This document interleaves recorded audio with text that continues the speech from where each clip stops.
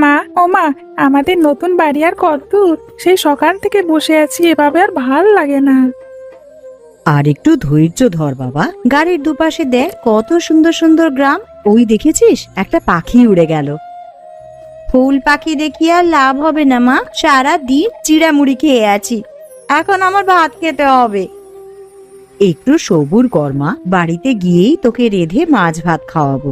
ওগো, আর কত দূর? ছেলে মেয়েরা যে আর বসে থাকতে চাইছে না। আর বেশি দেরি নয় গিন্নি, ওই যে খালটি দেখছো তাদের তীরেই পলাশপুর, সেই খালের পাশেই আমাদের নতুন বাড়ি। তাহলে তো চলেই এসেছি। মা, ও মা, আমি এবার নেমে যাই। না বাছা, নতুন জায়গায় নামতে হবে না, পাছে পথ হারিয়ে ফেলবি। তাছাড়া পথে ঘাটে ছেলে ধরা থাকে, ওরা ধরে নিয়ে গিয়ে বিক্রি করে দেবে। এই গায়ে এসব নেই গিন্নি, মানুষগুলো খুব ভালো, তাছাড়া গায়ের পরিবেশ অনেক সুন্দর। খালের ধারে বাড়ি, সুন্দর তো হবেই, তা সবসময় জল থাকে তো ওতে? সে নিয়ে চিন্তা নেই গিন্নি, শীত বর্ষা সব সময় খাল পরিপূর্ণ থাকে, তোমার রান্নার জলের অভাব হবে না। কেবল একটাই ভয়, অপুটা আবার সাঁতার জানে না। ও আমি শিখিয়ে নেব, দুদিন জলে নামলেই সাঁতার শিখে যাবে। গিন্নি, আমরা আমাদের নতুন বাড়িতে চলে এসেছি। ও মা, কি সুন্দর বাড়ি, ঠিক যেন ছবির মতন, তাই না মা? হ্যাঁ রে, ঘরটা মাটির হলেও সুন্দর আছে। বারান্দাটা দেখেছিস, একেবারে দক্ষিণমুখী, সারা দিন রোদ থাকবে। খালের দিকে আর একটা বারান্দা আছে, তাছাড়া ওপাশে আলাদা রান্নাঘরও আছে। বেশ বেশ, তাহলে আর শোবার ঘরে ধোঁয়া আসবে না। তা এখানে দাঁড়িয়ে থেকে গল্প করবে নাকি ঘরে প্রবেশ করবে? এই চলো চলো গিন্নি, ঘরে যাওয়া যাক। তা আশেপাশে আর অন্য কোনো মানুষ নেই গো? চারপাশটা দেখছি নীরব আর নিস্তব্ধ। দু ঘর প্রতিবেশী আছে, কিন্তু রাত হয়ে যাওয়ায় ওরা সবাই ঘুমিয়ে পড়েছে। সে কি কথা, এত তাড়াতাড়ি ঘুমিয়ে যায়? পাড়া গাঁ তো, সেই জন্য বোধহয় এখানে সন্ধ্যা হওয়া মানেই অনেক রাত। অনেক রাত হয়েছে, এবার জিনিসপত্র নিয়ে ঘরে যাই, চলো। হ্যাঁ হ্যাঁ, তাই চলো।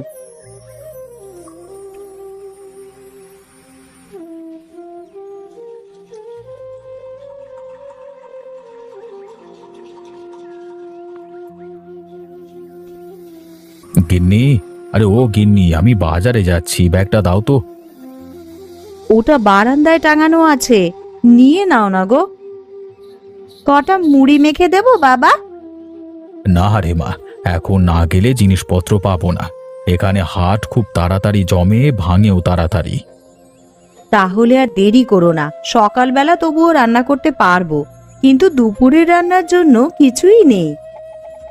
আমি তবে গেলাম গিন্নি, ছেলে মেয়েগুলোকে দেখে শুনে রেখো কেমন।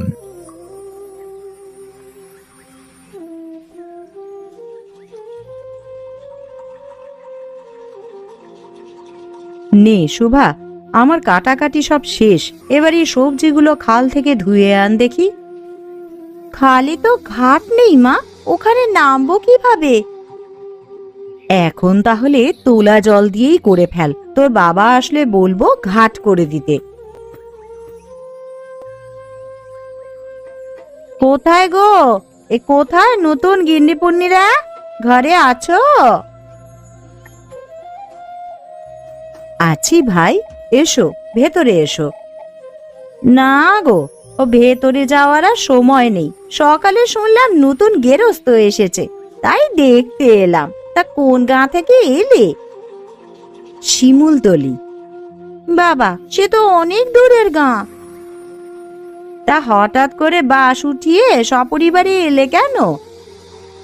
ওখানে বড় চোর ডাকাতের উপদ্রব, বাড়িতে কোনো কিছু রাখার জোটই নেই, এমনকি গোয়ালের গরুগুলো খুলে নিয়ে যায়, তাই কর্তা সব বেচে চলে এলো।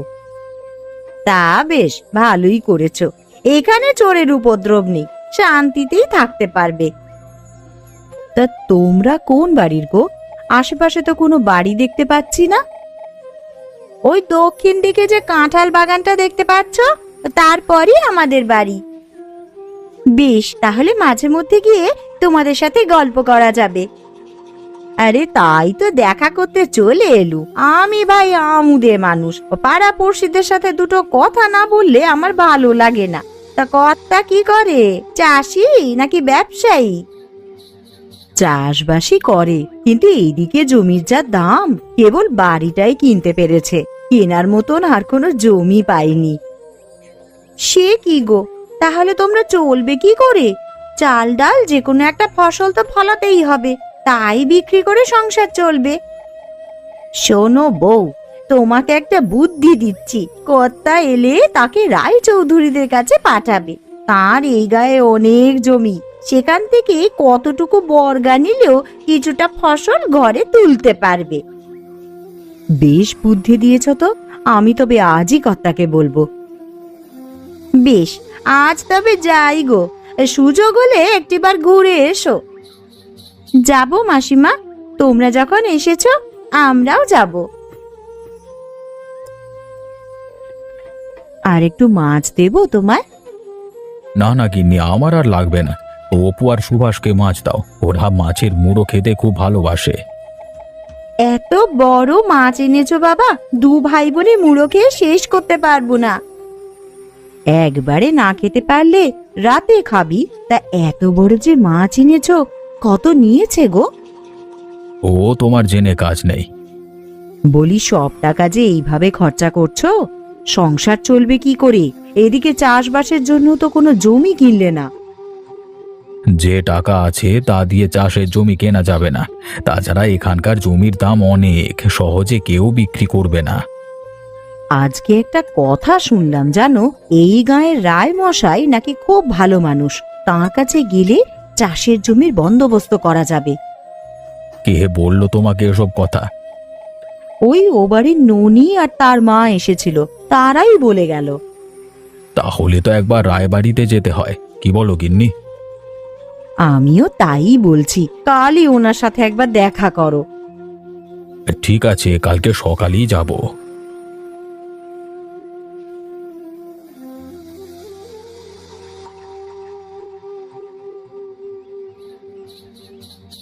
কি চাই, কাকে খুঁজছো? রায়মশাইয়ের সাথে দেখা করতে এসেছিলাম, উনি কি বাড়িতে আছেন? বাড়িতে আছি, কিন্তু এখন দেখা হবে না। কেন? থাকলে দেখা করতে অসুবিধে কোথায়? উনি এখন কোর্টে যাবেন, এ সময় বিরক্ত করো না। আমি ওনার সাথে একটা জরুরি কথা বলতে এসেছি, উনি বের হওয়ার পথে না হয় দুটো কথা বলে যাব। তুমি পরে এসো বাবু, এখন ঝামেলা করো না তো। প্রকাশ, প্রকাশ কোথায় গেলে? আগে বাবু, আমি এদিকে আছি। কাগজপত্র সব নিয়েছো তো? হ্যাঁ বাবু, সব দলিলপত্র আমাদের সাথে আছে। তা ওকে আমাদের সাথে যাবে বুঝি? না বাবু, ও আপনার সাথে দেখা করতে এসেছে। কি কথা বলো, আমার হাতে বেশি সময় নেই, যা বলবার সংক্ষেপে বলে ফেলো। আমি এক দরিদ্র কৃষক, এই গায়ে নতুন এসেছি। শুনেছি আপনার অনেক জমি, আমাকে যদি কিছুটা চাষ করবার জন্য জমি দিতেন, মানে ফসল নিয়ে ভাববেন না, অন্য কৃষকেরা যেভাবে দেয় আমিও সেভাবেই দেব। এই মুহূর্তে তো বর্গা দেওয়ার মতো জমি হাতে নেই, যা আছে তার সব দেওয়া হয়ে গেছে। তা বলি, খালের পাড়ের জমিটা তো পড়েই আছে, ওটা দিয়ে দাও। কিন্তু ওটাতে তো ধান গম চাষ করা যাবে না। তাতে সমস্যা নেই, আমি না হয় সবজি চাষ করব। বেশ বেশ, তবে খালের দুপারে আমার কিছুটা পতিত জমি আছে, আজ থেকে তুমি তাই চাষ করো, আর সেজন্য কিছু দিতে হবে না। তা কি করে হয় বাবু, টাকা পয়সা না নিলেন, মাঝে মধ্যে না হলে গিন্নিমাকে শাকসবজি দিয়ে যাব। সে পরে দেখা যাবে ক্ষণ, আমি এখন যাই। প্রকাশকে বলে দেব কালকে তোমার জমিটা দেখিয়ে দেবে। ওই যে দেখছো তাল গাছ, ওখান থেকে শুরু করে খালের পার পর্যন্ত তুমি চাষাবাদ করতে পারবে। আর খালের ওপারে তোমার বাড়ি অব্দি রায়চৌধুরীর জমি। বেশ বেশ, তাহলে আমি পুরোটাতে সবজি চাষ করব। আমরা যখন নিয়েছি, শাক সবজি সব হবে, আমার বাবার হাতে কোনো কিছু বাদ যায় না। বেশ বেশ, তবে তোমরা কাজ করো, আমি কাচারিতে যাব। যান বাবু যান, আপনি অনেক উপকার করেছেন আমাদের।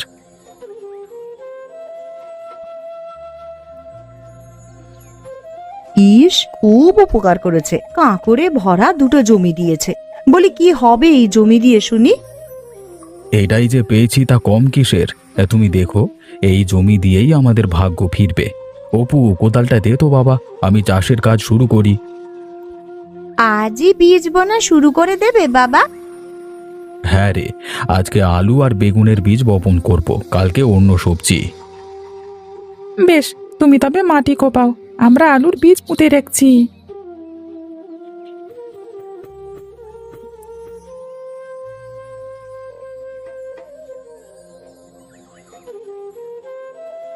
বাবা, ও বাবা, কি করছো? কাজ করছি বাবা, বেগুন গাছগুলোর নিচে ঘাস হয়ে গেছে, তাই পরিষ্কার করছি। তা তোমাদের মা কি করে? ওকে বলেছিলাম ওপারের গাছগুলোতে জল ঢেলে দিতে। মা রান্না শেষ করে তাই করতে গেছে। তোমার জন্য খাবার এনেছি, তুমি খেয়ে নাও। খাবারটা রাখো একপাশে, আমি কাজটা শেষ করে খেতে বসছি। ও বাবা, প্রতিদিন খাল পার হতে অন্যদের নৌকা ব্যবহার করতে হয়, তুমি একটা নৌকা বানাও না? হ্যাঁ বানাবো বাবা, বানাবো। আগে সবজি বিক্রি করি, তারপর নৌকা বানাবো। সবজি বিক্রি করতে আর কতদিন সময় লাগবে বাবা? বেশি সময় লাগবে না মা, সামনের মাসে হাটে নিয়ে যাব। তখন কিন্তু রায়বাড়িতেও কিছু দিয়ে এসো। সে আমার মনে আছে মা, তুই তা নিয়ে চিন্তা করিস না। এইবার তবে খেয়ে নাও। আমরা ওপারে গিয়ে বরং মাকে সাহায্য করি। ঠিক আছে, যা তবে।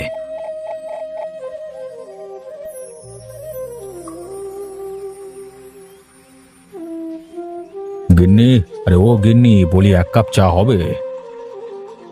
বসো, আমি নিয়ে আসছি। আরে একটু তাড়াতাড়ি এনো, আমার আবার একটু আড়তে যেতে হবে। বাবু, খবর শুনেছেন? আমাদের যে সর্বনাশ হয়ে গেছে বাবু। কি হয়েছে প্রকাশ? আজকে কোর্টে রায় হয়েছে, আপনার আড়ত এবং বাজারের দোকানগুলো আপনার সৎ ভাই পেয়েছে, আর আপনাকে দিয়েছে হাওরের জমি। সে কি? ও জমি দিয়ে আমি কি করব? এত কষ্ট করে আমি ব্যবসা জমালাম, আর ওটা নেবে ওই পরিবার? আর তাছাড়া হাওরের জমি তো মামলা লড়তে গিয়ে বন্ধ করে দিয়েছি।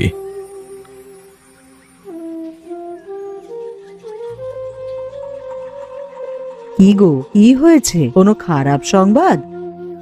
না মা ঠাকুরুন, তেমন কিছু নয়। ওকে লুকিয়ে আর কি হবে? দুদিন পর তো সব জানবে। শোনো গিন্নি, আমরা নিঃস্ব হয়ে গেছি। বাজারের সব সম্পত্তি আমার ভাই পেয়েছে, আর আমায় দিয়েছে বন্ধক দেওয়া হাওরের গুলো। সে কি কথা? ওই হাওরের জমি দিয়ে কি করবে তুমি? ওগুলো যে অনেক টাকায় বন্ধক দেওয়া। কি আর করব, শেষ বয়সে এসে না খেয়ে থাকতে হবে। আমি কি বলি হুজুর, আপনি একবার ওদের কাছে যান। যদি বাজারের কটা ঘরও আপনাকে দেওয়া হয়, আপনি ব্যবসা করে আগের জৌলুসে ফিরে আসতে পারবেন। তা হয় না প্রকাশ। যে রায়চৌধুরী সবাইকে বিলিয়ে বেড়াতো, সে কিনা আরেকজনের কাছে হাত পাতবে? আরেকজন বলছো কি গো? ওরা তো তোমারই সৎ ভাই। গিয়ে দেখোই না, যদি একটু সহযোগিতা করে। বেশ, আমি তবে কালই যাব। সুভাষিনী, অপু, কোথায় গেলি? এখানে আয় তাড়াতাড়ি, আমাকে আবার হাটে যেতে হবে।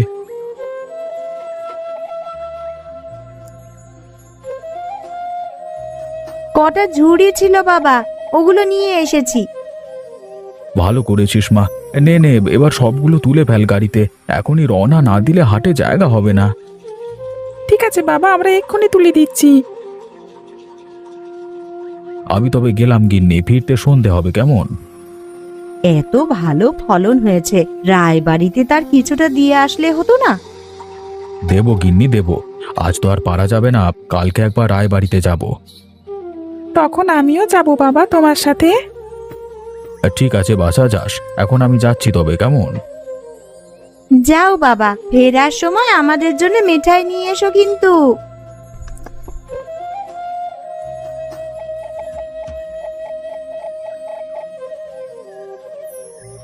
মাছগুলো দে তো মা, তরকারিতে দিয়ে দি। এই নাও মা। মা, বাবা কখন আসবে? আসবে বাবা, আসবে। সবজিগুলো হয়তো বিক্রি হয়নি, তাই এত দেরি করছে। রাতের খাবারের আগেই দেখিস চলে আসবে। আমাদের জন্য মিঠাই আনবে তো মা? তোরা যখন বলেছিস নিশ্চয়ই আনবে। বাইরে গরুর গাড়ির আওয়াজ পেলাম, বাবা এলো নাকি? তাই তো মনে হয়, দেখ তো বাইরে গিয়ে। গিন্নি, কোথায় গেলে সব? দেখো তোমাদের জন্য কি এনেছি। কি এনেছো বাবা, কি এনেছো? তোদের জন্য মিঠাই আর নতুন কাপড় এনেছি। ও মা, কত সুন্দর শাড়ি! এটা কার গো বাবা? এটা তোর জন্য, আর এটা তোর মায়ের, আর এটা অপুর। কি সুন্দর জামা এনেছো বাবা। তা তোমার জন্য কিছু আনোনি? না গিন্নি, আমি তো সারা দিন মাঠে কাজ করি, এসব নতুন কাপড় দিয়ে আমি কি করব বলো? তা হঠাৎ এত নতুন কাপড় চোপড় কেন বাবা? বেচা কেনা কি ভালো হয়েছে? হ্যাঁ রে মা, আজকে অনেক টাকার বিক্রি করেছি। মানুষের এত চাহিদা যে বাইরে থেকে এসব বিক্রি করা কষ্টকর, তাই নতুন একটা দোকানও ভাড়া করে এলাম। কিন্তু দোকান চালালে এখানে কাজ করবে কি? তোমায় যে মাঠে থাকতে হবে। তাই ভাবছি গিন্নি, হয়তো একটা লোক রাখতে হবে। লোক লাগবে না বাবা, আমি গিয়ে বিক্রি করতে পারবো। তুই আর একটু বড় হ, তারপর দোকানে বসিয়ে দেব। এখন গিন্নি, আমাকে ভাত দাও তো, খিদে পেয়েছে। তুমি বসো, আমি এক্ষুনি খাবার বেড়ে দিচ্ছি। ও শোভা, পাটিটা পেতে দে তো বাবাকে। তোমরাও বসে পড়ো না, সবাই একসাথেই খাই। আমি একটু পরে খাবো। শোভা, অপু, তোরা বসে পড় বাবার সাথে। তা কালও কি হাটে যাবে? না না, কালকে মাঠে কাজ করব, খালের ওপারের খেতে সার দিতে হবে। সার কম দেওয়া ভালো বাবা, না হলে সবজির গুণাগুণ নষ্ট হয়ে যায়। সেই জন্যই তো জৈব সার করেছি, এত গাছের ক্ষতি হয় না। বাবা, কাল একবার রায়বাড়িতে যেও, ওদের খেতেই তো এত সবজি ফলেছে, কিন্তু ওদের এখনো দেয়া হয়নি। ঠিক আছে, আমি কালকেই যাব। অপু, তুইও সকালে তৈরি থাকিস, তোকে সাথে নিয়ে যাবো ক্ষণ।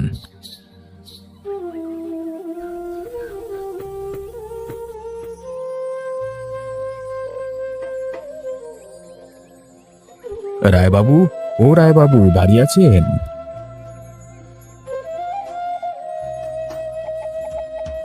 কে কে এলো? আমি গিন্নিমা, গোপাল। রায়চৌধুরী মশাই কোথায়? তিনি তো বাড়ি নেই রে, তা হঠাৎ তার কাছে কেন? আপনাদের ওই খালের দুপারের জমিতে চাষ করে সবজি ফলিয়েছি, তার কিছুটা আপনাদের দিতে এলাম। ওসবের আর কি দরকার ছিল? এত সবজি কে খাবে?